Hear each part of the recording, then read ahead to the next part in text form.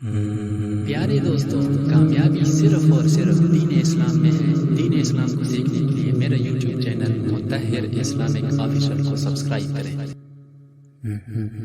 السلام علیکم ورحمۃ اللہ وبرکاتہ۔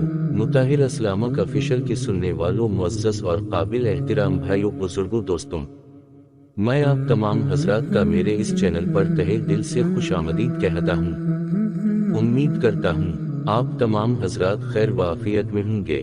اللہ جل شانہ ہم سب کو کامل ایمان اور اعمال صالحہ سے نواز کر دنیا اور آخرت کی خوشیاں نصیب فرمائے، آمین۔ پیارے دوستوں، آج کی اس ویڈیو میں رمضان شریف اور روزہ کی فضیلت کے بارے میں دو حدیث مبارکہ بیان کی گئی ہیں۔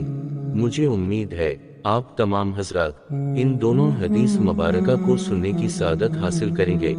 حدیث نمبر 1، حضرت عبادہ رضی اللہ تعالیٰ عنہ کہتے ہیں کہ ایک مرتبہ حضور صلی اللہ علیہ وسلم نے رمضان شریف کے قریب ارشاد فرمایا کہ رمضان کا مہینہ آ گیا ہے جو بڑی برکت والا ہے۔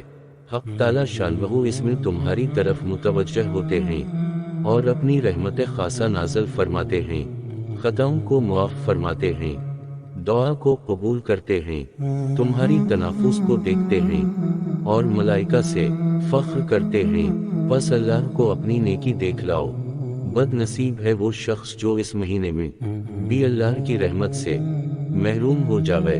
فائدہ تنافس اس کو کہتے ہیں کہ دوسرے کی حیرت میں کام کیا جائے اور مقابلے پر دوسرے سے بڑھ چڑھ کر کام کیا جائے، تفاخر اور تقابل والے آوے اور یہاں اپنے اپنے جوہر دکھلاوے۔